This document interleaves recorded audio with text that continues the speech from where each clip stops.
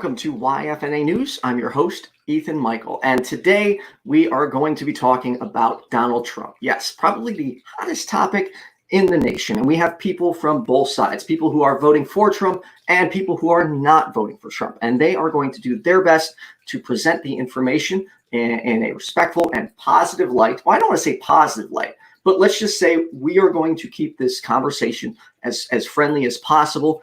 Insults will not be tolerated. All people have been informed that if any point they resort to insults, they will be ejected from the conversation. However, I am pretty confident that we've selected a good group of people and this won't happen. Hopefully none of them make me out to be a liar. I don't think they will.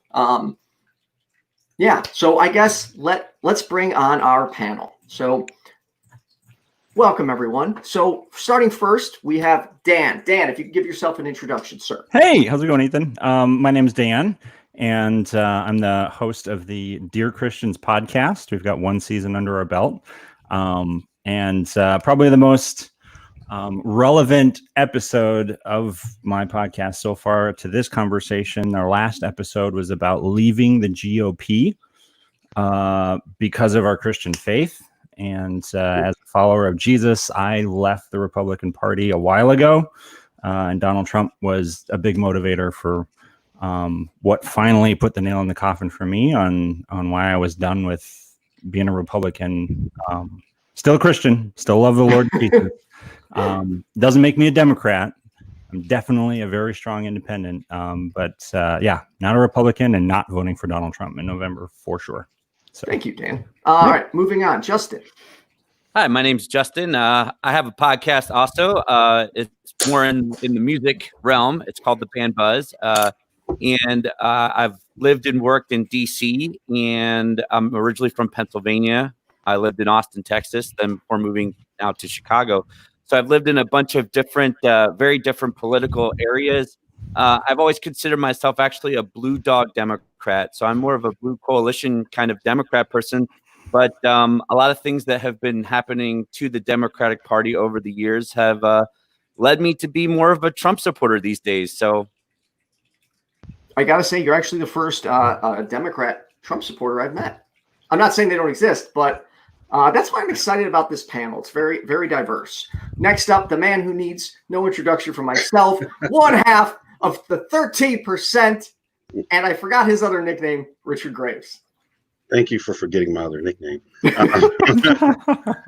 I'm Richard Graves, the co-host with Cynthia McDonald of the 13%, our podcast, where we discuss a lot of these different current affairs and issues from a perspective of the African American community, and then a little bit broader as the conversations go on.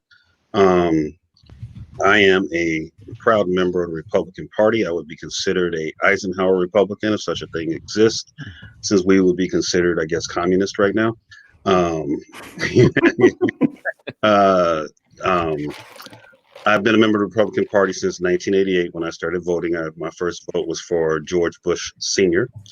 I'm a former member of the United States Marine Corps. I am a PhD candidate in public policy. And I oppose Trump for a number of reasons, but particularly I have to agree with General Mattis. The primary one is his divisiveness when it comes to Americans. And so that's my primary thing. And there's a few reasons why that is. So we'll talk about that when we get to it. Thank you, Richard. Next up. Your service, Richard. Thank you for your service. I want to say that. Yeah. Next up, Katie. All right. Hello. Obviously, my name's Katie. And fitting enough, I have a very gray background. Ironically, I have very gray views. I am a Trump supporter, but I'm also an atheist. I have a few views that are considered very liberal. I have many views that are considered libertarian. I play a lot of, devil's advocate for both sides. And but I am a Trump supporter. So we've got 2 for 2, which is awesome. And I will say, if you've ever wanted to find a leprechaun, that is an atheist Republican. It is one of the hardest things to find. Austin Peterson. Oh, okay. There you go. So in a moment, we'll be starting. Dan is going to give one of his points on why he is not voting for Trump, and then we'll let everyone go through and address it. And again, everyone here is going to make me out to be an honest person, because we're all going to show everybody that we can have a friendly conversation about Donald Trump. And just so I think everyone on the panel knows, but for the sake of the audience, yes, I am against Trump. But if you've seen any of my other work, you will see I try and be as unbiased as a moderator as I can. I don't get involved. I am mainly going to be here to make sure the conversation stays friendly. And if I have to tell a joke to lighten the mood, I will. Otherwise, I'll mostly be shutting up and just making sure the conversation stays respectful and directed, and everyone gets a chance to speak. So, without further ado, Dan. Hey. How about reason number one? Reason number one. Okay, so right off the bat, I have to explain a lot of my reasoning is going to be more like personal character-based reasons. That's going to be a big part of it. But starting off, the first thing that I would point out, and one of the reasons why I wasn't supporting him during the primary election, and I voted in the Republican primary last time around, I don't really consider him to be very much of an actual Republican as the Republican Party was before he was basically the poster child for the party. I find that he's more, I would argue that he's more of an opportunist. He's tried to test the waters and going for the White House many other times before. He ran as an independent third-party candidate before. He had a lot of good friends that he knew and even described himself as a Democrat well before that. And I think he realized from a negotiating and from a, from a, art of the deal perspective, how to find the sweet spot in the Republican Party to get the nomination. And that's what he did. But as far as how he's not a Republican, I think about examples like tariffs and trade. That's not something the Republican Party has been real big on. And when he talks about America first, that is so the exact opposite of what the Republican Party was touting even just like 10, 15 years ago. When you think about under George W. Bush, he was all about, no, our presence in the world matters. And we need to think about what's going on in the rest of the world and how that impacts us and how what we do impacts the rest of the world. That's like the exact opposite of what the Republican Party is advocating for now. And then on top of that, I feel like he's like schmoozing with all kinds of dictators around the world while ticking off all of our allies. And I don't know. I have yet to see a whole lot from him that advocates for the fact that he's a Republican, as I understood them to be, especially under like George W. Bush and Ronald Reagan and Abraham Lincoln. I don't see him to actually be much of a Republican as I understood it to be 3 years ago, if that makes sense. Katie or Justin, what are your thoughts? Who'd ever like to go first is welcome to. In response to that, a part of my issue is, especially like I said, somebody that plays such a gray area. In my opinion, we are due for a new phase of major political parties. Think of all the different stages and evolutions that we have had for our political, all of our political parties in the past. What it meant to be a Republican and what it meant to be a Democrat. Nobody is a true Democrat or a true Republican anymore. I mean, even our evolution in religion, our evolution in women's rights, rights of minorities, all those things have changed so much and these political parties really don't fit us anymore. So I couldn't agree with you more, Katie, to be honest with you. I feel like the two-party system in general is not serving our nation very well, and it hasn't for a really long time. And unfortunately, the people in power are the only reasons that these parties are being kept here. It totally doesn't fit the American people at all. No. Bring on a third party. Ironically, I have voted third party. I couldn't vote for Hillary Clinton. I couldn't vote for Donald Trump. So I voted for the Libertarian candidate, Gary Johnson. Was he a perfect candidate? No. Definitely not. But at the very least, I felt like there needs to be more people supporting other voices in our political system and political process. Because anybody who looks at every issue and considers themselves to be completely progressive or completely conservative is just intellectually lazy. Like, there's no way you can be 100% progressive on everything or 100% conservative on everything in every instance. I feel like that doesn't serve the American people very well at all. So. And that's part of the reason why I was also kind of excited to do this, because believe it or not, I couldn't vote for Hillary or Trump either. But a few things that Trump had did that aren't as known and well looked at by the media are things that drawn me to like him. And even now, I will never say that he's a perfect president. I can support something without admitting that there are things that I would prefer he didn't do. But at the end of the day, who am I going to vote for? I'm still going to vote for him because, like you said, unfortunately, until funding goes to other parties, you realistically only have two options of who's actually going to get elected. So you have to base it off of what options you really have. And that's where I'm at. So how do you feel about choosing to just not vote? Yes. Sorry, go ahead and address that, and then let Justin or Richard jump in. I'm sorry. Yeah, we're kind of anyway. Sorry. Just curious. Like, the other option would be not voting, right? And I know in Australia, their voting system and their process, everybody has to show up to the voting booth. It's like required, or you get taxed and fined. But there's an option on there to choose present, and that's it. So I'm just curious, like what. To be honest, everybody can chime in on that. Awesome idea. I personally, part of the reason why I do vote is because I want more people to vote. You know, I look at the state and looking at people like Pritzker getting elected. Although I have nothing wrong with my state being Democratic, how did somebody like this get elected? And at the end of the day, I feel like it's because people especially my generation, do not feel the need to be in politics or to vote or to look into these different things. And I feel like if people were more looking into doing that, it might have us, I don't know how to word it, it might actually lead for that change in those political parties.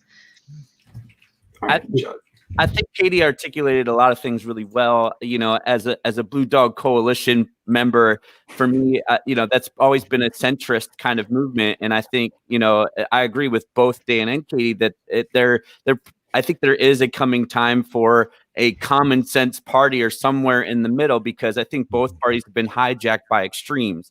And that has led me away from the Democratic Party that I've been so aligned with, since even the Clinton years. I couldn't even vote yet, but I was aligned with that ideology and those policies. But now that has moved for me. I think one of the conversation that has really gone, it's like, it reminds me of the South Park episode where you're forced to choose between a giant douche and a turd sandwich. And that's the best South Park episode ever. Love that episode. And I don't know who's the giant douche or the turd sandwich anymore, but right. Who knows? Put them together. That's there. Figure out which one is going to be better. And unfortunately, these are the choices that we're left with. For me, I'll certainly get to my points of why I would vote for Trump this time around. But I'm in the same camp as both of you so far, is that I did not vote the last time around because I couldn't bring myself to vote for Hillary Clinton. She represented corruption. She represented a pandering way of an audience and a way that people might vote in identity politics. And I don't agree with that. I felt like there was no real platform there. And I think that's the Democratic Party's problem this time around. Yeah, kind of how Jan was. Let me go to Richard. I just want to make sure everyone gets to contribute. Well, I was enjoying listening, actually, but grab your popcorn, Richard. We're good, right? But I will add. Well, obviously, even though I am a card-carrying Republican, I never vote party line. I think that's not exactly rational to do. I think that you should support candidates that are going to do what you want them to do for your community, regardless of party. For example, even though I worked for Governor Kasich's campaign when he was running in the primary against Trump, I unequivocally voted for Hillary Clinton. And the reason why I did is simply because the way I looked at Trump, from the phraseology that he was choosing to use, from the beginning, he used phraseology that was traditionally linked to white nationalism. And that was part of the problem I had with the whole alt-right movement. I've seen this going on within the Republican Party ever since I've been voting since 1988. Looking at it historically, this began with the Southern strategy with Richard Nixon, and it didn't get any better. It kept getting worse as we got along the years. After Obama got elected, I started getting very concerned at the white nationalist imagery that was utilized with the Tea Party movement. Buzzwords and phraseology like the real America, make America great again. I understand to people looking from the outside who are not white nationalists or who don't follow the type of language they use and the phrases they use, you're not going to catch that. But part of one of my jobs in the past was working in gang intelligence. And unfortunately, I had opportunities to look at a lot of white nationalist literature. I won't say which white nationalist website I am in because they'll kick me out if I say it. but I do follow them, and that alarmed me significantly from the very beginning, even before he began to run. When he was attacking President Obama, a lot of that was loaded language, and it was geared towards a certain demographic, and that concerned me. That was my first set of concern. In our state, I actually worked for Governor Pritzker's campaign. A lot of the Republicans here in DuPage County did. And that was because Ronner was basically trying to bankrupt the state. I don't understand how he got elected in the first place, how he won the primary. And he almost was successful in bankrupting the state. That was his intention. That was what he was trying to do. He wasn't representing any conservative values that I was aware of. However, conservatives flocked to him as an alternative to some of the corruption that the Democratic Party had in our state. And I can understand that. But you have to be able to intelligently weigh what you're dealing with and to really know the devil that's coming in. And we already know the devil we know. It's the one we don't know. We need to find out about. And like I said, from the beginning, the white nationalist tone of the Trump campaign had me very concerned. So that was why I would have voted for anybody except the Antichrist over Trump, and still will. So unless the Democrats nominate the Antichrist, I'm voting for Trump. The Democrats can nominate Thanos. I'm still gonna vote for Trump. I'm still gonna vote against Trump.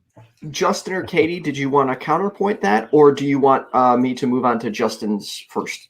I have a little bit of a question of clarification. Sure. Actually.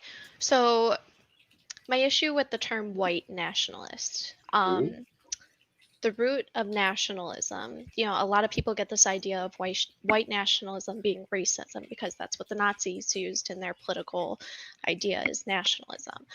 My issue with the way that is this has become some sort of political idea that nationalism has to be racism. And that's something I disagree with. I don't think that when you indicate nationalism, I didn't say that I had a problem with nationalism. Right. I said I had a problem with white nationalism. That's a specific ideology. That's nothing new. It didn't get created for Trump. This is something that's been within our country for quite some time. Right. The biggest thrust it gets is at the end of the Civil War, during the Reconstruction period. As you know, Southern Baptist Church starts in Ku Klux Klan. All right. And as everything starts pushing through, as we get to Jim Crow, we get to the Civil Rights Movement, which was only 50 years ago. It's not like this is very long ago we're talking about. And that form of nationalism, it's not nationalism in general that's a problem. I think that most Americans are nationalists about our country. But when you have the term white to nationalism, that's a specific group of people we're talking about. And I think that a lot of people are not knowledgeable about who it is. I think when people think of white supremacy or white nationalism, you expect the cross to be burned in someone's yard. And I think everybody here would object to that. However, that's not how they operate anymore.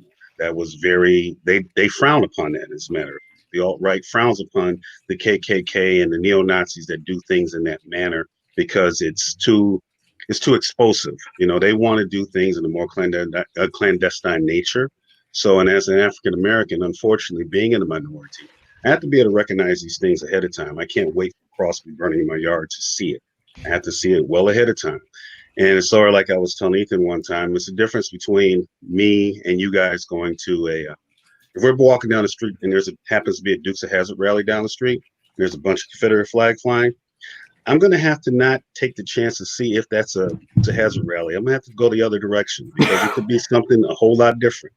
So we have to be able to recognize these things ahead of time. I can't wait for the crosses to be burning and people to be hung. I have to see that well ahead of time. And I'm telling you, the language he was utilizing, and even as he, in his presidency, the things that his support for Confederate monuments and symbols, the way that he supports it, is intellectually dishonest, the things that he says about it. People want to say that it's about, oh, go ahead, question. Which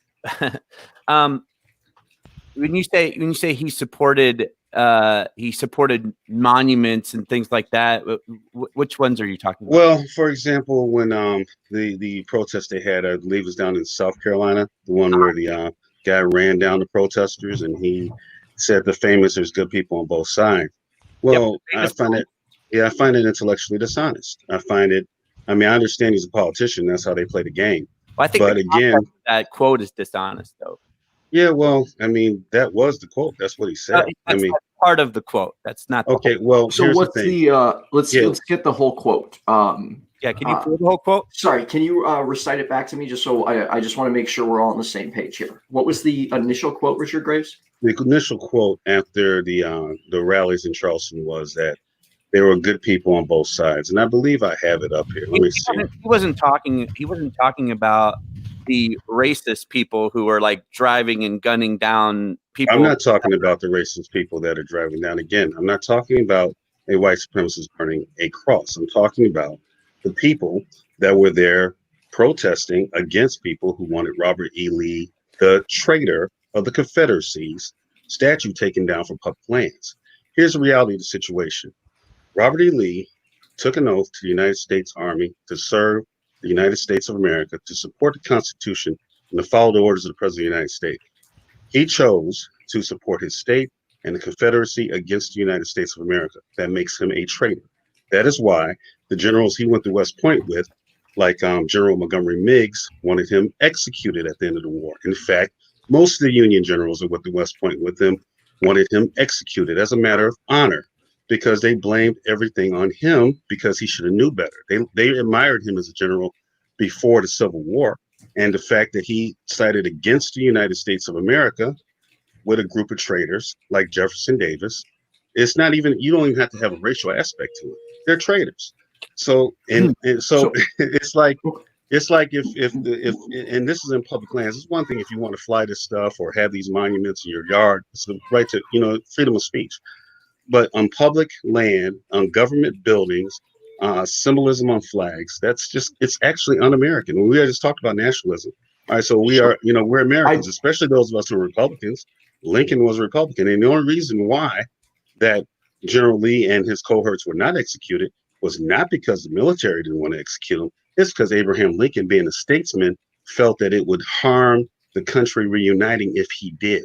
Otherwise, they would have been executed, and they should have been. So we have these Confederate statues of traitors, and it's a question of why these things should not be in public spaces, aside from maybe in a museum. I don't get. Okay, I do want to get back to Justin and Katie. It looked like one of you did have either a counterpoint, or is there something else you wanted to say? Justin, I think you had something more than I did. The only thing I would say to that point, and maybe a counterpoint. And I don't necessarily disagree with the argument of that people, being for or against statue as pieces of history. Around the world, there are pieces of history that stand that were ugly parts of history all over the world. The pyramids were built on slaves' backs. There was, hold on. And all I'm going to say is, just because things represent something that was maybe a negative part of history, sometimes those are good reminders for us to not go back to that point. You know what I mean? I don't want to see civil war, and a lot of people think that we are rapidly approaching one. Well, I don't think the first one ever really ended. Sorry, Dan. Dan, did you have anything? No, I was just going to say, I think I agree with Richard 110% on this, and Justin, I feel like to your point, absolutely. If we were going to make what seems to be the attitude that a lot of, especially like millennial and post millennials, are embracing, as far as an attitude of, well, if anybody has any kind of statue or monument to them of any kind that has anything about who they are and their past that was not right, racist, insensitive, homophobic, you name it, well, we just need to tear it all down. If that's the case, then let's just tear down the pyramids. Let's tear it. You would not have an end to that. I totally get that. But to Richard's point, when we're talking about the Confederacy in the United States, we're talking about traitors to our nation and building monuments to them. That's not about even necessarily the racial side of it. Does that make sense? It's not necessarily just that, that the Confederacy and General Lee were racist people. I mean, obviously, most of the founding fathers, including Washington, owned slaves. That's not the point. The point is the Confederacy, the Confederate flag, General Lee, etc., were traitors to our country. And we're celebrating and glorifying that as part of our history that we're proud of somehow. And that's the thing that I have a huge problem with. I do want to get to Katie on this. Do you have anything to offer before we move on to Justin's point? I guess something I was gonna kind of touch on is, I guess a part of me doesn't necessarily want to, because you guys are saying you just don't like it being glorified, which is kind of opinionated, but I was going to touch on maybe the idea of other places that display, the striped pajamas, or, or all the technology that we got from Nazis. I mean, there's so many things that come from people that you don't want to admit that it came from, or you want to reflect on the memory of the tragedy of it. I mean, I guess a part of me is saying, a statue, is it glorifying? It really is an opinion, but you gotta say there are things that people did other than bad things, just like the technology that people got from Nazis. You just we don't wouldn't look have at that too much if it wasn't for Hitler, to be honest. And I'm not saying that that's a good, Hitler was a good thing. It was a terrible thing. It was one of the worst atrocities of all humankind. But we got loudspeakers, you know what I mean? You have concerts that are outside today because of some of this technology that was developed. Right. And if there was a museum for speakers per se, and they showed during a very terrible creating it, they aren't glorifying it. They're showing the origination. But I'm not putting the speakers up and using them to honor a traitor to the nation. Does that make sense? It's different. Go ahead, Richard. Go ahead. Let's address a few things real quick. And one, there are no statues of Adolf Hitler in Germany. So let's quit that. They got rid of them. Number one, there are no statues of Adolf Hitler. I was actually wondering that earlier. There are no statues of Heinrich Himmler. There are no statues of Mr. Göring. No statues of them in Germany. They're for a good reason.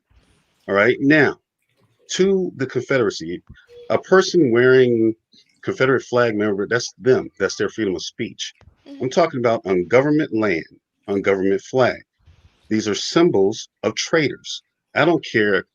This is not me speaking as black. This is me speaking as a Marine. They should have been executed. Luckily, I wasn't a general back then. I would have pressed the issue. And they all did, but the president overruled them. And I think that was the wisest course of action. But we're not talking about, tearing down everything that anybody's ever built. This is simply, these were traitors to the United States of America. Simple as that.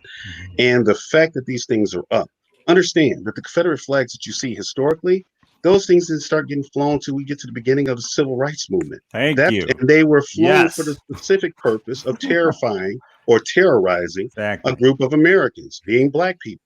That is not acceptable. That should not be acceptable. It'd be the same thing if I decided to start walking around with a Nazi flag and I was confused as to why Jewish people were upset about it. I should understand that. And seeing as we fought the Nazis, they were enemies, just like the Confederacy. Same thing. So this whole romanticized history of the Confederacy is all made up. That is the misinformation there. Jefferson Davis and them at the end of the Civil War, because they were so disgraced, began to rewrite history immediately and to try to castigate themselves as the victims of Northern aggression. And this is where we get this narrative. And we get this mythology of the South that people want to cling to as culture. It is intellectually fraudulent, it is academically lazy, and it is anti-American. And if we want to be nationalists, then let's be nationalists and be loyal to our nation. Now, what you want to wear at home in your spare time or what you want in your yard, feel free to fly what you want. But as far as it being on a state flag, as far as it being on a college university campus, a public college university campus, a public park, no, that stuff should all be gone. It should have been gone. It should never got there in the first place. May I ask for just clarification real quick? So, for example, I would never fly a Confederate flag, but you're okay with me, for example, flying a Confederate flag outside of my house. You don't have an issue with that. Absolutely. Okay. That's your right as a citizen. You can fly whatever flag you want. In fact, I admire that. I prefer people to fly Confederate flags in front of their businesses and houses because I know not to bother them. If you fly a Confederate flag in front of your business, I'll take my business somewhere else. Yeah, I will never come into your business. And I really admire that about somebody. One of my biggest things with everybody is you can't force people to like you, but you can choose to find people that will like you. And that's one thing that is great about this country. So I will agree with you on that. And I'm okay with. Hey, you see that? Wait a minute. Awesome. You see what that? just happened? What? I actually also agree with Richard's point. I mean, stuff that's on public property too, here's the thing is at some point somewhere along the way, government funded building that statue or something and placing it there. And, people want to take it down. I love democracy. Vote on it, take it down. You know what I mean? Whether people like it or not, let the majority of people decide what flies and what doesn't. And what people do in their own homes or outside of on their own property, let them do it. Like I'm very libertarian that way. Like let people live. But at the same time, if I don't know, see, sometimes a lot of these issues are always put forth as if they're in the face of, and I don't know, we can't go back and we don't know the intentions of someone erecting anything or any monuments in the face of something in particular, especially that Robert E. Lee one. But what I will say is that I agree with you. I think the Confederacy, I'm a Northerner. Like I grew up in Pennsylvania. I'm a Northerner.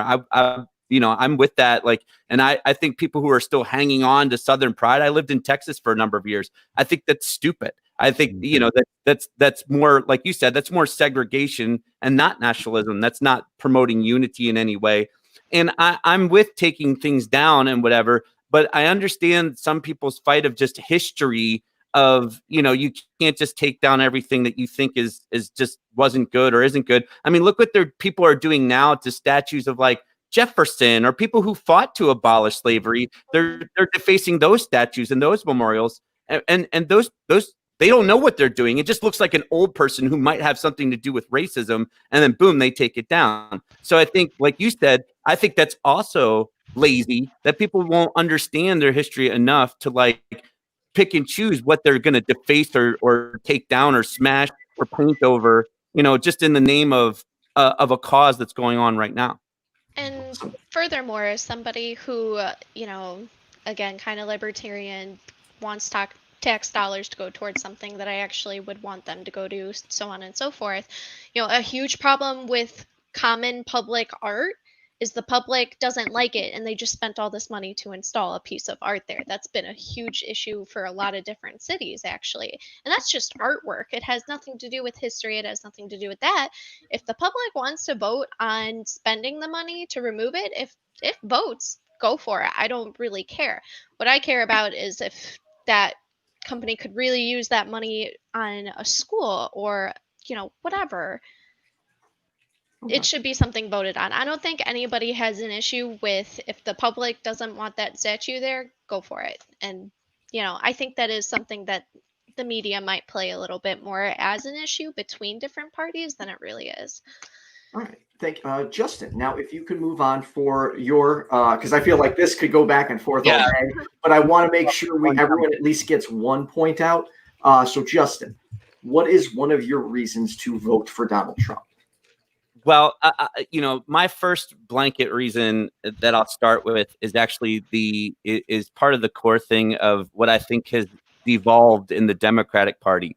And, so this is what happens when I think you have a party that is running around, touting, they're wanting to promote feminism and promote people of color and diversity. And I'm with that. Like that sound like those are great sound bites and those are great things. But unfortunately, those just became sound bites. If you look at their own primary that they had 6 women, multiple people of color, women of color. They had a Army veteran, Polynesian female, and tore all of them down. They ate their own to give you the same old white guy politician.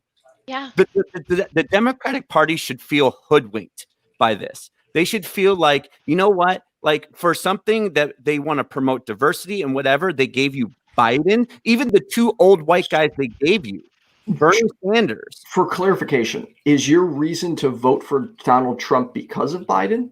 No, I'm getting there. So okay. Let me unpack that. So like, again, you talk about just the devolvement of that whole thing. They gave you 2 white guys, and even the other white guy, I could probably see myself even maybe voting for Bernie, and then they scrape him out again, once again with I think in a very corrupt, money motivated decision by the DNC. So in that, if you're giving me the giant douche and turd sandwich again, they did, and in my opinion, like I don't think Biden seems out of touch. He seems he seems I'm sorry, just even it's funny like you talk about feeling and rhetoric, Dan, about one side. It's like I feel like Biden like has this creepiness to him. Again, it seems like he's losing it a little bit, and that doesn't feel safe to me as the next president of the United States. And then you have to go back, and brilliant political scientist, smarter than me, once said, sometimes when you're about to pull that lever and vote, you should look at like, are you better off now than you were 4 years ago? And and then the previous party that was in before that, it's like we keep going back and forth. And I look at my own life and tax situation, income, all of those things, and you vote. People do vote their identity to some degree, and I look at it and I go, well, I'm not worse off. And then my other 2 points are actually to tackle some of the actual policies that were put in place that are not racist, that are not sexist, that are not things that he did do for communities, but those things don't make the headlines. The headlines seem to be the things that they keep feeding people to get their feelings roused up about Trump being a racist, Trump being a sexist, Trump not caring about minority communities. That I have policies that show that's not true. So I want to real quick though. It sounded like one of your primary reasons there for not voting for Trump is because of Biden. Is that correct or incorrect? It's because of the choice that the Democrats gave me. Honestly, I can elaborate on it pretty well. I was a huge Tulsi Gabbard supporter. Actually, I wanted to see an Army veteran, woman. She would have been one of the youngest presidents ever to hit the scene. I was way for her in the Democratic primaries. I'm still a registered Democrat. They ate her up. Hillary Clinton got involved and called her a Russian asset. Like that's bullshit. Like in my opinion, that's bullshit. And they took down. Again, they ate their own. They ate the gay guy, the minorities, everybody in the group. They had the whole rainbow to pick from, and they left you with that. So how does that then translate into my vote goes to Donald Trump, though? So to elaborate on that, we had that conversation earlier about realistically, you have 2 choices on who will be your next president due to lack of funding to other parties, due to lack of really changing those parties and evolving. So here, realistically, you get choice A or choice B at this point, because we're not yet that evolved to actually have people that represent the American people anymore. So realistically, you have 2 choices, Biden or Trump. And at the end of the day, that's kind of what we're saying is out of those 2 choices, Trump is the better option. And, there's the huge walk away campaign, which is all based about liberals, Democrats, people that are blue that feel completely disheartened and turned away by their own political party. Like he said, I can't think of her name, but that girl, I would have been totally fine if she won. And if she was the next president, I'd probably be okay with it. She was smart and she actually represented people. And that was kind of moving towards more of that evolution. And although right now, yeah, it stinks, I think as that evolution comes more, the Democratic Party is really going to have a wake up with their people when enough people are sick of dealing with this and they don't want to deal with Trump either. There's going to be a huge movement where the left might really actually pick up the pace and actually lead a lot more of the American people later. But for right now, yeah, Trump's kind of the better choice. So real quick, before I let Richard and Dan jump in, we need a positive reason to vote for Donald Trump, not because right now you essentially said. I think I clarified that really clear, is that when you get down to like two choices that you really kind of don't like either way, you start to look at, am I better off, than I was when he came into president? Am I worse? Am I better? So do I stay with the present president situation? And then I start looking at, I did go into factual, like, policies, things that were instituted that I thought impacted change. In fact, if we want to talk about something that impacted change, he signed a bill today, a police reform bill today, that was so needed in the face of all this. While everyone's out giving lip service, he signed a thing today. Did that make the news? Not really. You know what I mean? So that's exactly what I was looking for, Justin. Is a positive, like like right now you just gave an example of why to vote for Donald Trump. That's kind of what I was looking for. So for the record, it was all over the news today. Like CNN was talking about it all day long. They broadcast the whole thing live. They had commentary going on it. Van Jones even was coming on saying the speech that he gave was way too like controversial, but the bill that he signed is a step in the right direction. So let Katie address it, and then we'll go to Dan and Richard. Cool. So kind of going back to that whole South Park episode, right? Where, or maybe it was a different episode, I don't remember, but you had Mr. Garrison up against Hillary and they're like, just say he's a liar the whole time.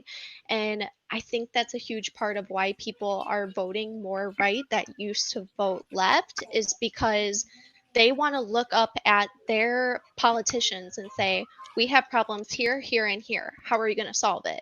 And instead of having those solutions, they just say, well, the right's not going to fix it.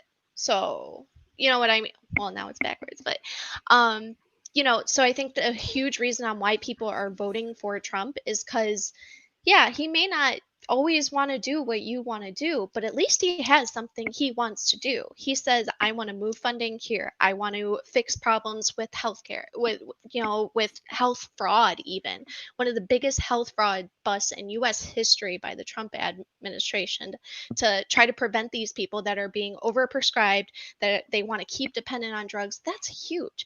And those are things that have nothing to do with the Democratic Party. He's not saying, well, the Democratic Party's not going to give you this. No, he's just saying, hey, we need to fix this and we're going to do it.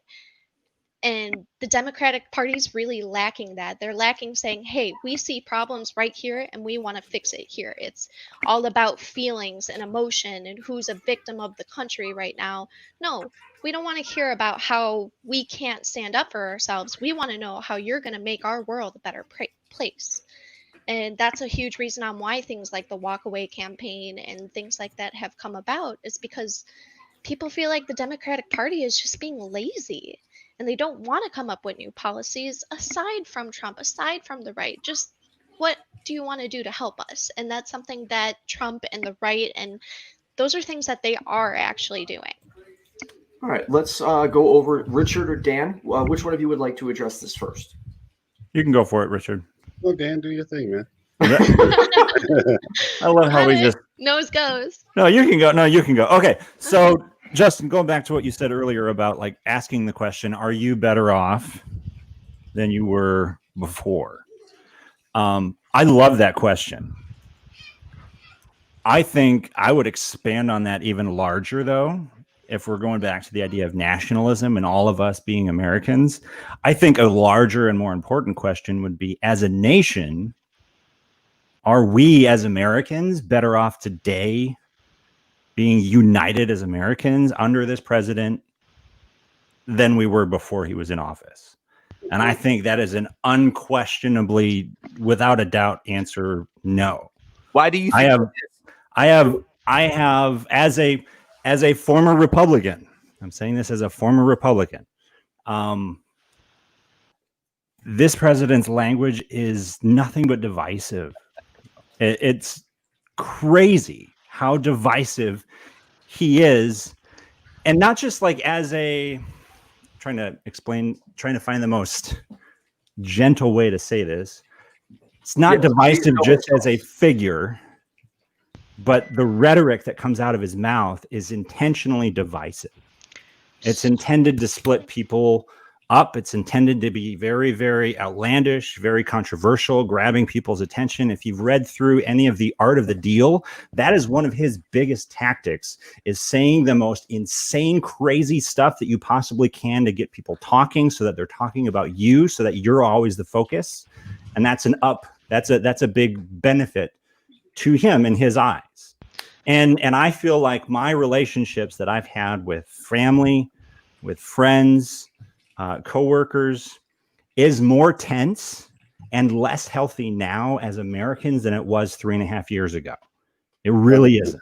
So to say, are we better off now? That depends on what you're talking about. If you're saying, hey, I got a paycheck, I got a job, great. So but the relationship then, that I have with other people as Americans is much more tense. And We're even not then, in a healthy spot as a nation. So go ahead, Richard. And even then, I mean, I hear people talking about how much better off I guess maybe the tax cut that they passed that disproportionately benefits 400 Americans as compared to the rest of us. And I guess people are happy they got a little $5 or $10 extra tax cut each check or whatever it is they got. I'm looking at this. This is sort of like the tax cut is one of my problems I have with the president as far as policy. Mm-hmm. All right. That tax cut, our grandchildren, our great grandchildren are going to pay for that tax cut. Big time. Because, we might get a little bit of a bump right now for us, which was temporary and is written to be temporary. When that goes away, we're going to be paying for the massive tax cut that he gave the richest people in this country. And I'm not trying to propose a class warfare situation. I'm a Republican. I'm all for taxes being properly, paid and properly, each income bracket being properly taxed. But it was a giveaway. And I don't think people looked at the long ball of that. People looked at the short term. I got $5 extra in my check. And honestly, many of the things like the president touts that there is less unemployment for the African American community, I guess is one of the things that proves technically he's not a racist. My thing is this. This is all because we had the economy crash in 2008. George Bush, and the cabinet at that time put together some things in order to save our world economy, and they put it to work. Well, President Obama, regardless of how liberal people say he followed through on what President Bush and that Republican administration has set forth to do to rebuild the economy. And these things don't happen overnight. So if you're looking at 8 years of that being rebuilding, of course, we're going to see that flow all the way into these 3 or 4 years after Trump. He's taking credit for, which to me, I don't understand how people don't see that. But then again, most people aren't public policy people. They don't understand how these things work.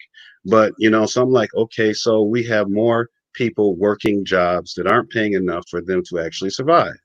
And that's celebrated.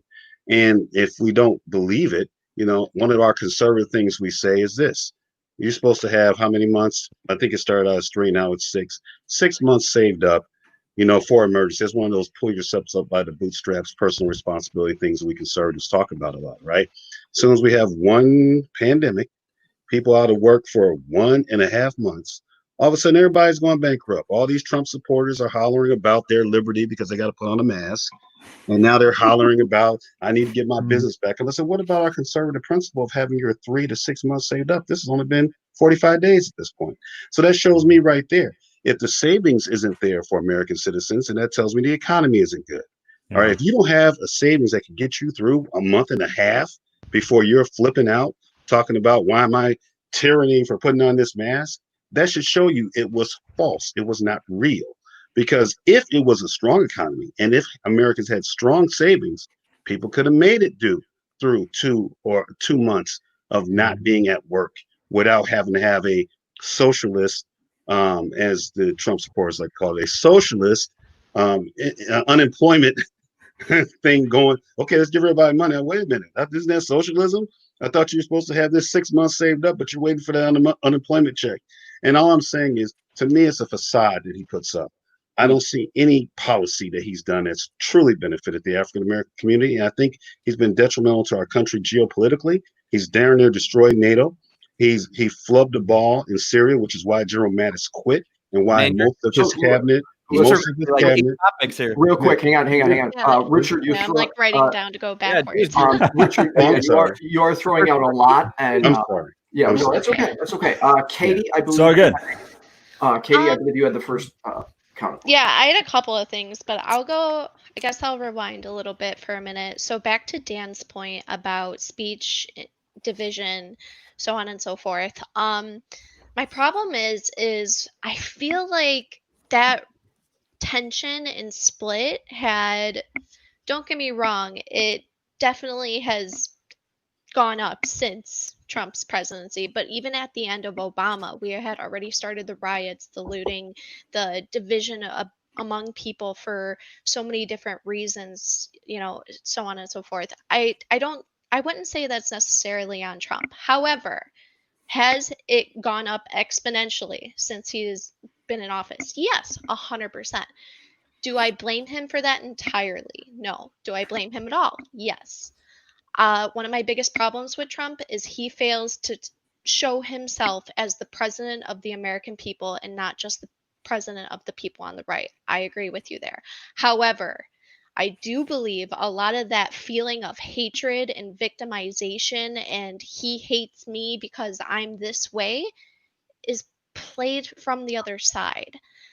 That's something that all of the people on top have played on everybody. That's not something Trump did. Now, did he fail to try to correct that and really bring people together? Yes.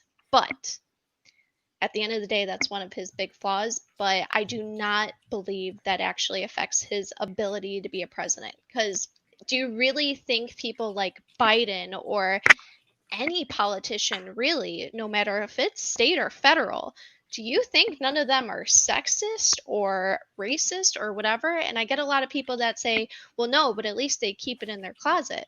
Well, is that really worth it? Do you want a governor that says, well, you raped 3 people, but you don't know about it? Yeah. I'd rather just have someone straightforward with me. And a lot of people disagree with that. I'm glad that the political correctness got thrown out the window. And at the end of the day, that division again has to be based on if you choose to feel like he has made you a victim. But I don't know that it's just necessarily off of people feeling like they're a victim.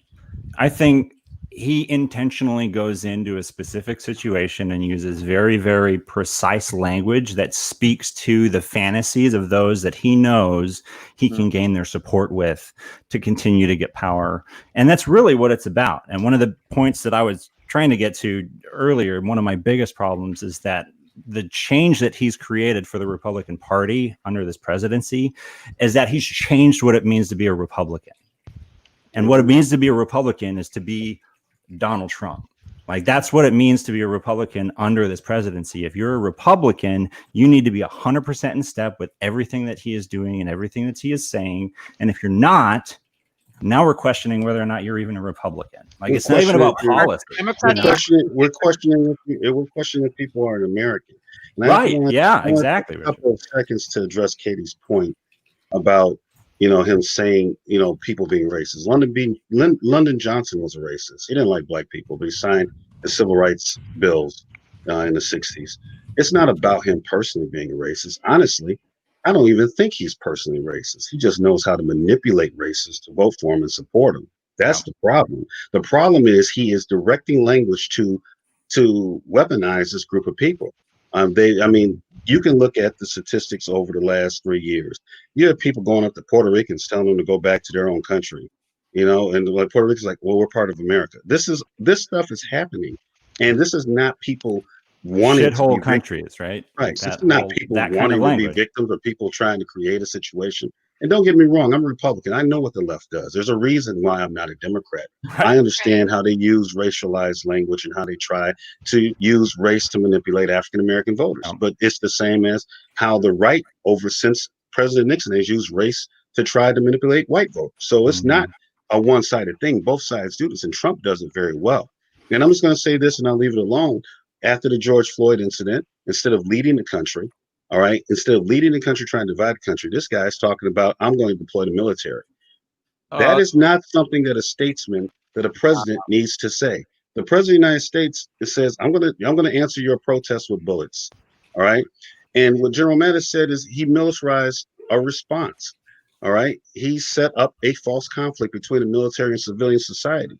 And General Mattis said that diminishes the trust and constitutional relationship between the armed services and the civilian population they support. All right. So if someone like General Mattis or General Powell or General Kelly, if they're saying these things, these people aren't stupid. All right. Some of them are Republicans. It's just that it's a matter of it's country over party now. And honestly, they I don't never like hiding speak. that much, They never speak to public, like, political issues at all. Like, it's within their code. Like, you just don't do it. You're nonpartisan, right? So the fact that they're speaking up at all to this degree is a huge deal that I don't know that a lot of people understand how significant it is. Yeah, exactly. I have to let, sorry, Justin's been kind of chomping at the bit. I got to let I noticed that. He's like, oh, I got it. Hang on a By the second. way, He's like doing circles. Yeah. I hope all of you know right now, my heart is going 300 miles an hour because I'm just sitting here like, please don't go off the rails. Please don't go off the rails, anybody. I'm good. I'm good. Right. I have I'm good. I've been waiting somewhat impatiently, but I'm the shaking is just the coffee. That's all it is. Yeah. I don't need caffeine. I can't touch the stuff or I'll be worse. So the first thing I want to address is Katie's point is, and actually something that Dan said. You're talking about the inflammatory and the language and stuff that's being used and the rhetoric that's being used during the presidency. And I want to start off by saying this powder keg was not created by Donald Trump. It was created by hold on. It was created by both sides during the actual campaigning. Both sides put it to you like, if the other side wins, it's over. It's fucking over. You know, and they're gonna push the button and we're gonna be done. And Hillary Clinton literally said, like, Trump will launch the nukes like his first year. I mean, that is craziness. You can't put it to people like that, because what happens is there are a lot of dumb people walking around out there who take that seriously. And so that was to inflame their own base against him. And the mainstream media has followed. I've never seen a president in the history of presidents be brutalized almost every day by the media like this president has. Now, and incorrectly too, falsely. I'll address that part. I'll address that but part. He loves it. He loves it. Okay, so you knew. Listen, this is like funny. Even bad press is good press to him. So. Right? You knew what you're getting. You're getting a marketer. You're getting like somebody who is a public facing, business, tycoon type of dude. He's built his business on being kind of a dick. I mean, that's just the reality of it. And so the expectation for me was always kind of there anyway. I agree with a lot of people to be like, wow, this president isn't very presidential. I remember a time when I used to huddle around the TV when I was a kid and be like, the president's going to say something. And we all just sit there and be like, oh man, this is going to be important. He's in the Oval Office. We're going to say it. And now we hear what the president has to say when he's taking a dump at 2 a.m. You know what I mean? And so it's like the idea that somehow the president wasn't going to punch back from day one. The Democrats have cried wolf every little step he takes, everything he says. We get the soundbite, we'll get it in or out of context. Shithole countries, all of these things. Like, people from other countries are murderers and rapists. He's talking about MS-13, but you keep hearing that, and then you see it attached to the race card, and that's not true. It's not in context of what he was talking about. He was talking about gang members, MS-13 people who are responsible for like trafficking, drugs, murder. And so when he's speaking about a bad group of people, they'll take the first part of what he said and say, that's what he's saying about all Hispanics. No, that's not true. That's not true, Justin. So I'm going to say this. What he actually said was that these illegals are rapists, all right, murderers. Listen, I'm not saying that he wasn't initially talking about MS-13, but when pressed on the question, Time out. when pressed, Let's not talk over each other. yeah, when pressed over the question, he was asked about Mexicans in general. He said, "Well, I guess some of them are okay, or some of them are good people. Some, all right. MS-13 is a problem.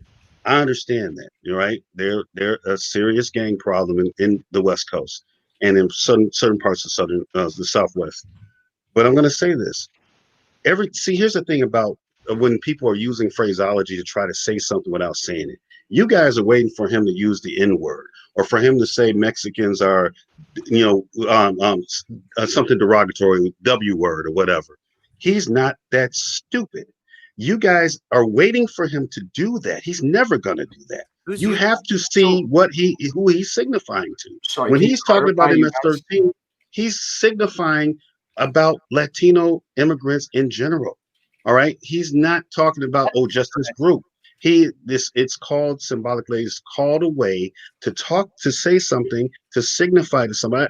I told Ethan the other day, if I were a Mason, there are certain things I could say that other Masons would know exactly what I was talking about. And everybody else would have a clue.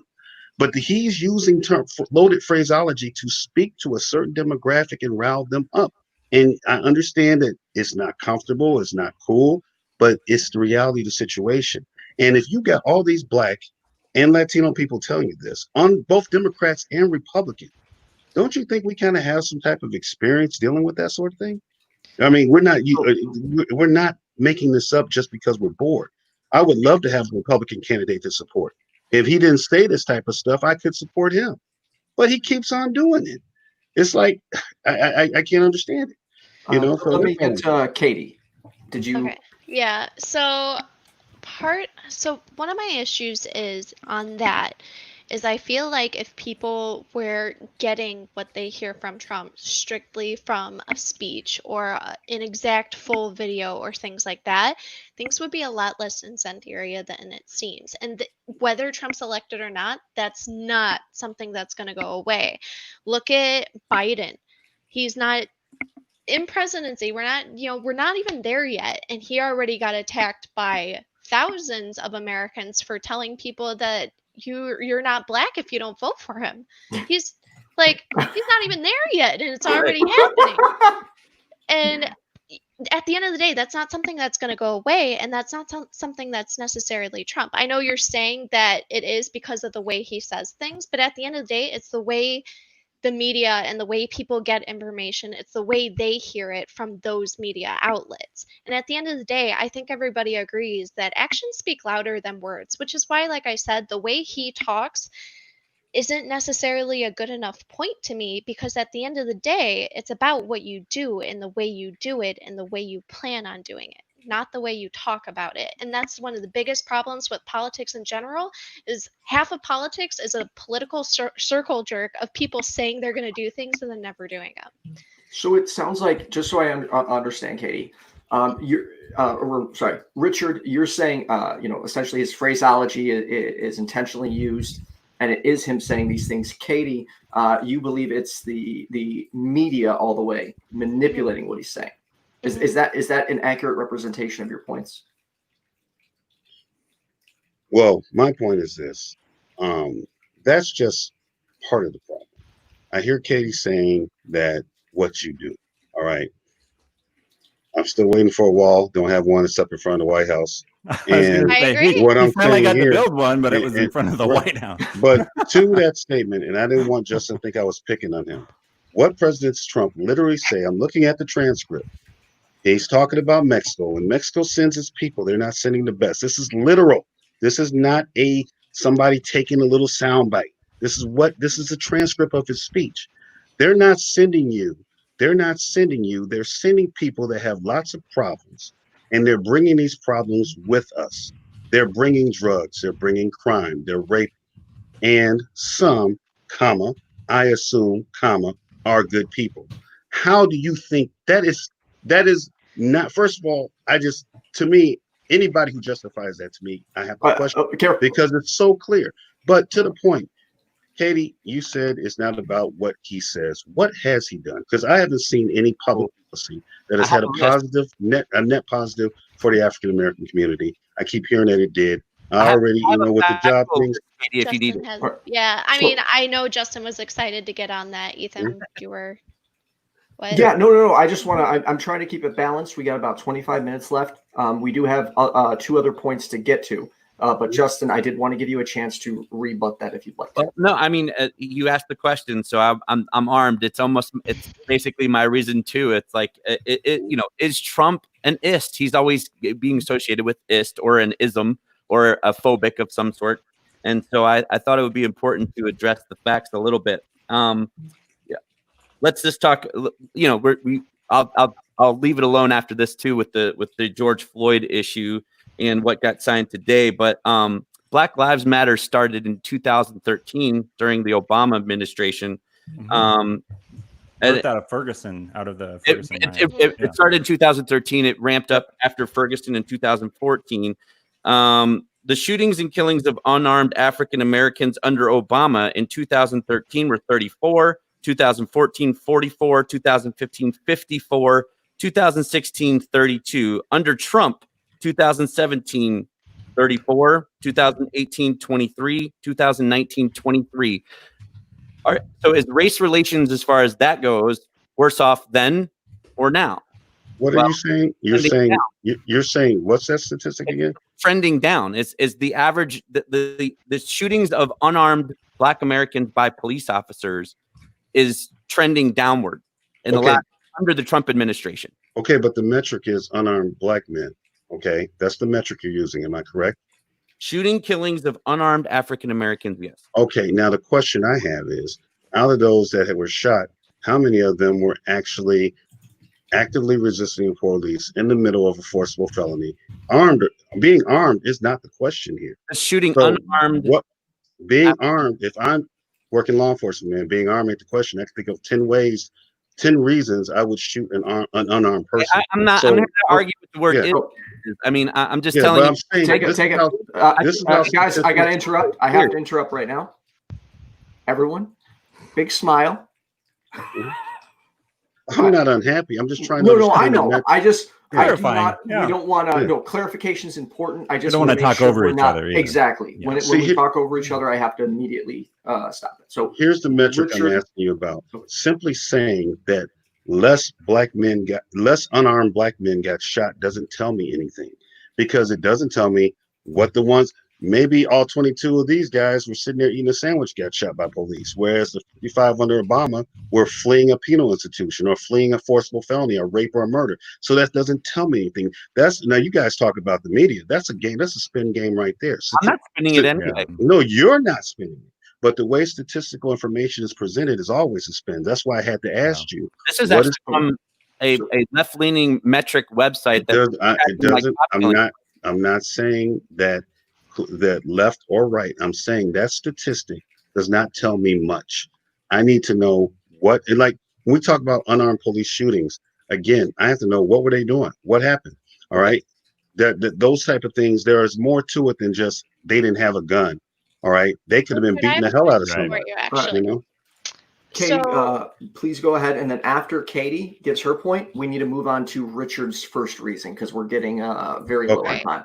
So based off of what you were saying in terms of race relations, how a president should react to those kinds of things, I remember after the Michael Brown incident, I don't know what your opinion on that whole situation was, based on Supreme Court, and everything that happened. He had reached for the officer's gun and the officer had shot him. We all have heard the story, but Obama's response to the Supreme Court and what they had said, hey, the cop was innocent, it was self-defense, whatever. Obama's first response was, I am disgusted that my court, doesn't care for the life of this Black teenager. That was extremely incendiary. I remember him speaking about how the study, the decision, everything, how wrong it was against the Black people. Like Floyd, all of us agree that it was wrong. But with Michael Brown, it was a very different situation. How you said what happened, what the real situation was, whether the guy was innocent or not.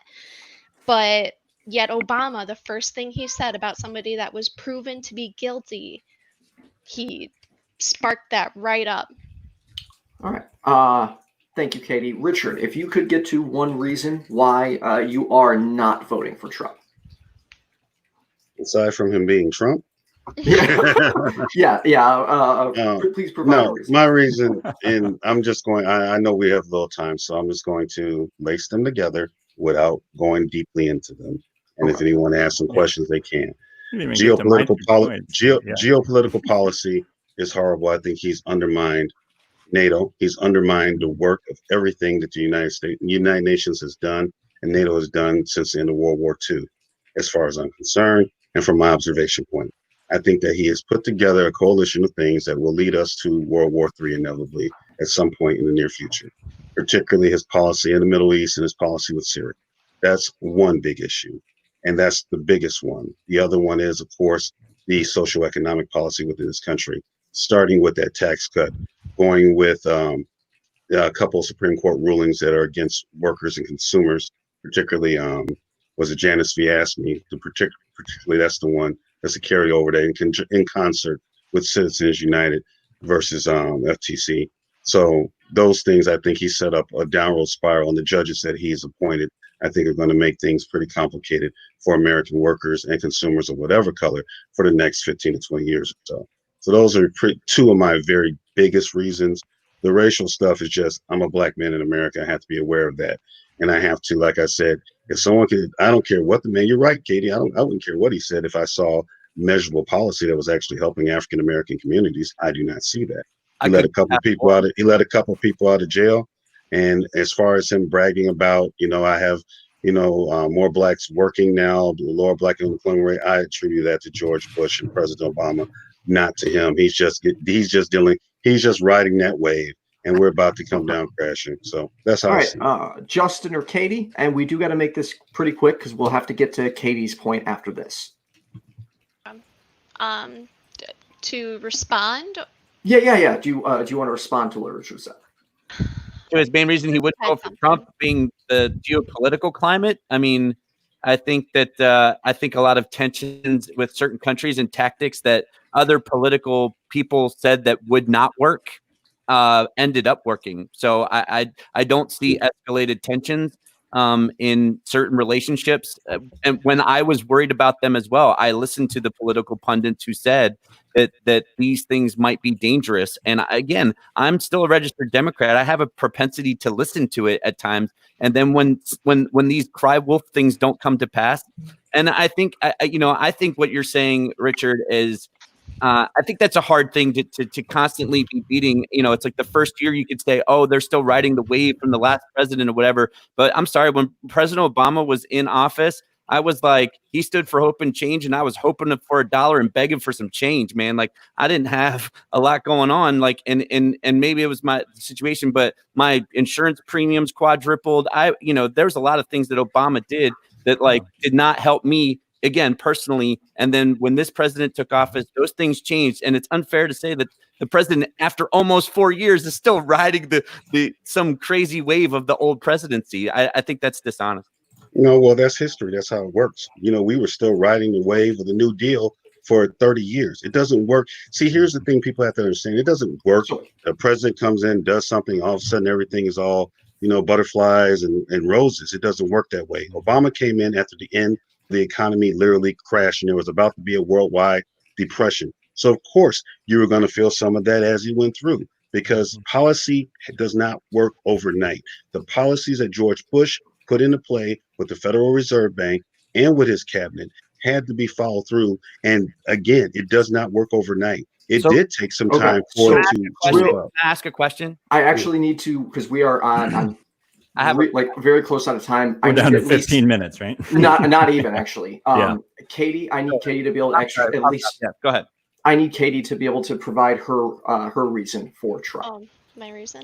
Okay, so my number one reason is almost kind of like a stepping stone. Trump is a huge stone to that better future that better represents Americans. Because, like I said, the Democratic Party is already failing their people, like choosing people like Biden and things like that. But on the right, we're kind of seeing this little bit of bubbling among us where we say, hey, why is the media taking what he's saying out of context and trying to lie to us that way? Why is it happening this way? You see a war against the media. You see a war against this political corrected lying, and that's something I want to continue seeing. The Democratic Party is already doing their job at kind of getting their end taken out. But we're seeing that we're evolving and people are learning more and people want to be more proactive. And I want to continue seeing that. All right. So real quick, Dan, in sorry, I'm going to give everyone 1 minute. Go ahead and address either Katie or anything you want to counter that point with. 1 minute, please. So your views on the media, I'm curious. Do you accept the president's description that the media is the enemy of the people? Yeah. Well, I fundamentally disagree with that position. Mainstream completely. Media. I'll go mainstream. I would argue that the less mainstream media has much more to do with their own personal agendas than the free press does. That's my position. Right. You start talking about was it AOC or whatever that organization Cortez? Is that that's AOC? I'm thinking of what am I thinking of? The new way worse than Fox News and InfoWars. It's like the One America. Yeah, One America. That's the one. News. Yeah. Okay, right. So I said my piece. I think Justin, 1 minute. I think agenda-driven news is the problem overall. Both sides. Fox News shouldn't be doing what they're doing. That news network, CNN and stuff. Here's what's happening: is we're being fed levied opinions backed into narratives. Things on both sides being taken out of context. They did it already with Biden, which I disagree with, and they've done it again. They've done it over and over with Trump. That's how you get to these devolved conversations about Trump saying you need to drink Lysol or whatever to get rid of COVID. Craziness. He didn't say that. If anyone with an ounce of brain in their skull, careful conversation. No, I'm saying if you listen to that whole conversation in context and new. Oh, we're getting a delay. I knew what he was saying though. I get it. I don't disagree with what he was saying either. Exactly. I would point out this. I would point out this, that the way that our news exists now today is entirely a result of stuff that was passed by Republicans under the George W. Bush presidency. Because before that, there was a fundamental requirement federally that if you're going to bring in one side of an issue, you have to bring the other if you are presenting news to people. They got rid of that, and all of a sudden it's entertainment and commentary galore, and they have an out to be able to show just one side and only half of the information that gets their point across. And that's it. So. Richard, 1 minute. Okay. Justin? Well, hopefully he comes back on. Hopefully he comes back. I think that Trump is, I don't think he's a particularly good businessman. What I think he is a good salesman. And he's a good flim-flam artist, as far as I'm concerned. Everybody who's dealt with him in real estate, when I worked in commercial real estate lending, all of the contractors that dealt with him got cheated by the man. So as far as I'm not looking at it, he's a great businessman. I don't think so. He's a great salesman, though. He knows how to brand things. And I think that he has successfully turned American people against the media, which is hilarious to me. Don't get me wrong. I think the media has helped them because they haven't been making any good choices either in how they dealt with this guy, because he's a good salesman. So, he's going to come back at him. He's going to use Twitter. He's going to do what he's got to do. I find fascinating. But I do think that it's not right for us to say that this is simply the media that's doing, that's creating this division. I think Trump is using the media as a propaganda tool, both negative news and positive news. He's that good of a salesman that he knows how to spin and to make everything. That's a question of his context. You could I could bring Donald Trump here right now, 10 seconds. and he could say, okay, he could say the most crazy racist thing, and you could have it on tape. And Trump supporters, not you specifically, Katie, but Trump supporters will somehow say that it was some type of trick, that the media, that you, Ethan, as the media, was taking him out of context. He left out something that he said in order to make him look like what he said was actually what he said. All right. Thank you. Katie, I'm going to give you the last word, 30 seconds. All right. Well, I mean, better luck to you if whoever you vote for wins. If the media returns that respect that they gave to Trump to whoever it is, I hope that changes your view a little bit. But other than that, I really hope that if he does win, we'll go through it and maybe we will have evolved more to a new political party. Awesome. All There right. he is. He's back. Everyone, sorry to cut you off, but we are out of time. Sorry. I appreciate everyone doing this. After this, I'm going to send you all a message because I think we should do this again. I think it was Totally. a productive dialogue. I had a good time. My heart was in my chest the whole time, but we all remain respectful. So I want to thank everyone for doing this. I'm going to send you guys a message after the show. I do have to end this very abruptly. So thank you, Katie. Thank you, Richard. Thank you, Dan. Thank you, Justin. You are all great representations of what needs to happen going forward. These are the conversations we need to have where we may disagree, we may get a little heated, but we make our points and we try and, move forward. So everyone, thank you so much. Like, subscribe, all that good stuff, and have a good night, everyone. Good night.